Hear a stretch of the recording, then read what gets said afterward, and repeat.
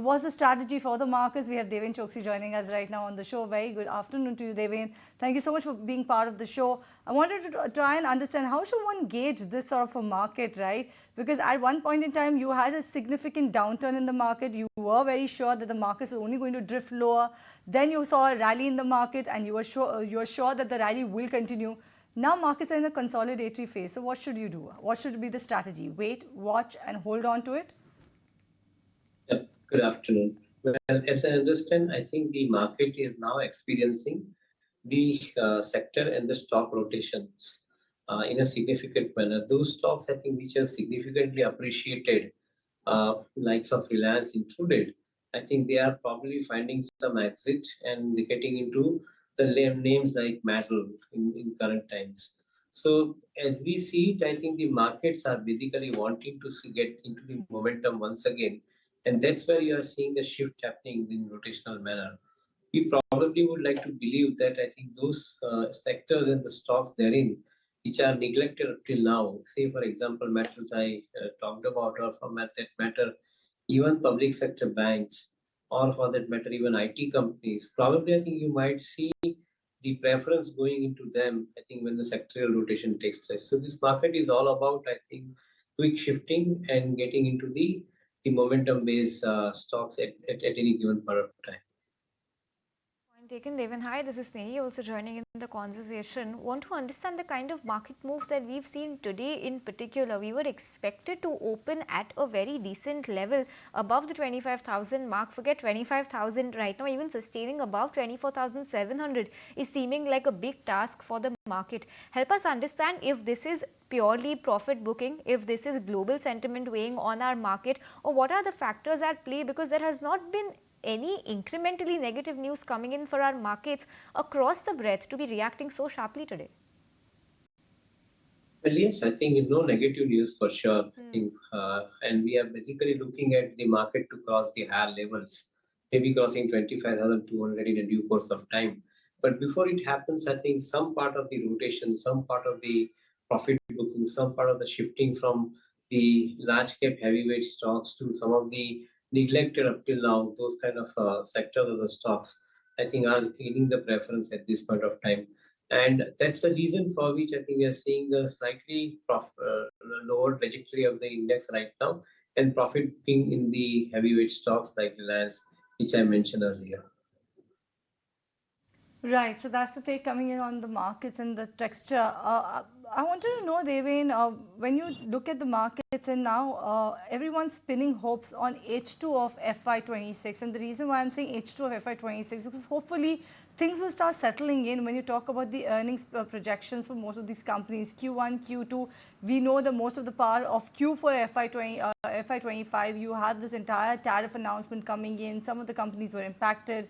Talk about Q1, no clarity yet. Maybe Q2 also, hopefully we may get some sort of a clarity. So which means, are you also on the camp that believes from H2 of FY26 is when things will start looking better, and therefore you should look at sectors that will actually augur well or benefit from whatever transpires going ahead?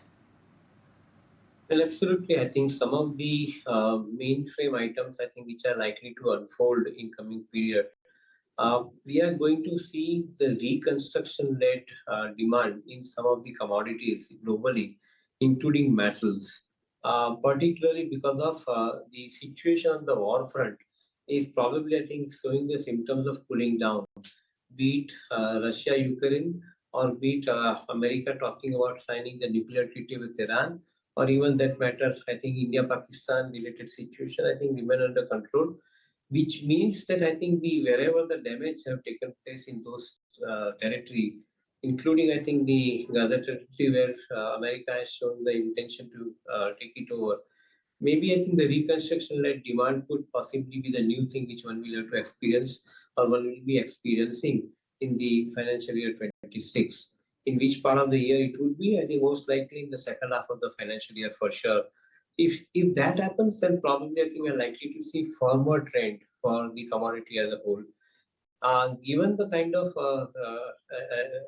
agreement coming up on the trade front and the tariff front, in my understanding, even the IT is not looking bad from the current perspective and the future perspective too.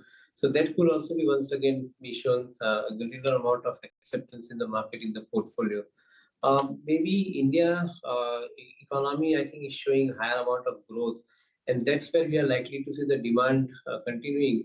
Maybe growth in excess of 15% for some of the industries and the companies therein could be a reality. So again, I think you are going to see the preference in those stocks. I think in coming quarter and second half of the year. So we remain distinctly optimistic about the prospects going forward for some of the companies in the FY26 and thereafter.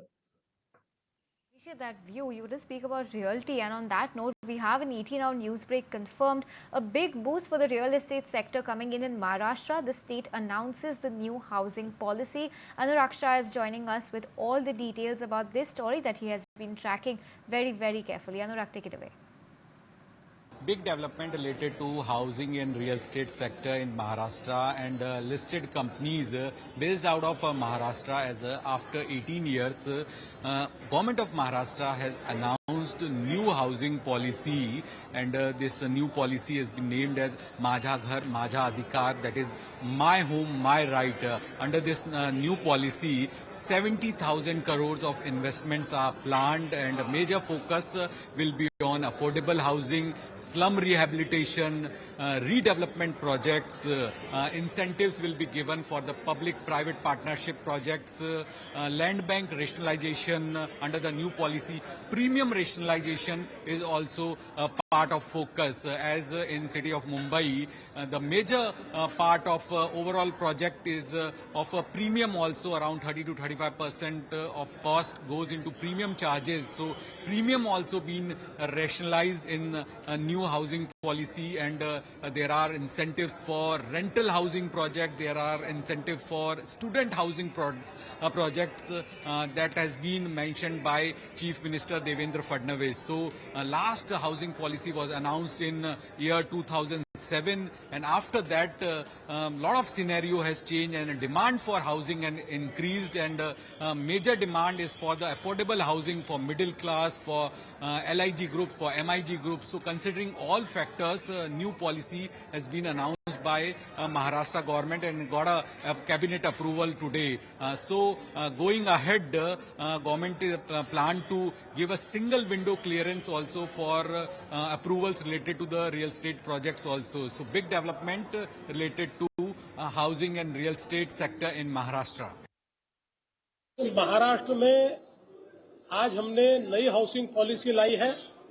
इस नई housing policy में सभी प्रकार के लोगों को घर मिले, इसका प्रावधान किया है। इसका टाइटल ही मेरा घर मेरा अधिकार, इस प्रकार का इसका टाइटल हमने रखा है, जिसमें चाहे वो इंक्लूसिव हाउसिंग हो, चाहे स्टूडेंट्स हाउसिंग हो, चाहे कामकाजी महिलाओं का हाउसिंग हो, चाहे सीनियर सिटीजन्स का हाउसिंग हो, चाहे कामगारों का हाउसिंग हो, सब प्रकार के जितने घटक हैं इनका हमने विचार किया है। रेंटल हाउसिंग का भी विचार इसमें किया हुआ है। अलग अलग प्रकार से जो योजनाएं बंद पड़ी है उन योजनाओं का विचार भी इसमें किया है। रीडेवलपमेंट का भी विचार किया है। सेल्फ रीडेवलपमेंट का भी विचार इसमें किया हुआ है। लैंड बैंक्स तैयार करने का विचार किया हुआ है। अफोर्डेबल हाउसिंग का विचार किया हुआ है। सस्टेनेबिलिटी लाने का विचार भी इसमें किया है। नई कंस्ट्रक्शन टेक्नोलॉजी लाने का भी विचार इसमें किया हुआ है। ग्रामीण शहरी सभी प्रकार के हाउसिंग की नीड्स को ध्यान में रखते हुए इस धोरण को, इस पॉलिसी को तैयार किया गया है। That's the word coming in from Maharashtra CM Devendra Fadnavis on the intricacies of this policy. But Deven, want to get your view on some of these real estate names, because while this is a big thrust coming into affordable housing, we've heard that a lot of companies recently have forayed out of that sector. Mahindra Life is one example where in this quarter they've announced that they are not going to be operating in that sector at all. What is your take on affordable housing, and which companies do you think stand to benefit from here in terms of real estate players as well as affordable housing financiers? What's your take here? Yes, I think it's pertinent to know this particular aspect. I think we categorize companies into three parts. Of course, affordable housing remains at the lower end of the pyramid. In between, I think the companies which are basically making the housing available for the variety of needs, and then there is a premium housing category, wherein I think some of the companies which with premium housing as a focus they operate. So as we see today, I think the premium housing segment really remains in a good demand because out there, I think there is a significantly large amount of consumption intact as is happening around. So that category of companies are remaining separate. There's one, I think, the middle layer where probably I think the large amount of mass housing related activity happening, other than the affordable housing, is something which I think one will have to be looking at very systematically, given the kind of initiative that the government of Maharashtra is taking. All in all, together, I think these companies are likely to see next 5 to 10 years of significantly large amount of growth going forward. But the one which will give the steady rate of growth and the return would be the housing finance companies. And we believe that some of the housing finance companies would really have better times, given the trajectory of lower interest cost and given the demand of take that which is increasing. So maybe I think the likes of Bajaj Housing, which operates with a very different model on the revenue stream side, I think we believe that this kind of companies would have really better opportunities going forward. All right, so that's the take coming in on some of the counters you need to watch out for, given the fact that what even Maharashtra cabinet has done and the move coming in order for the housing sector. But on that note, we'll slip into a break on this edition of Closing Trades. When we come back, we'll chart the market for you in the last half hour of trading session. Don't go anywhere.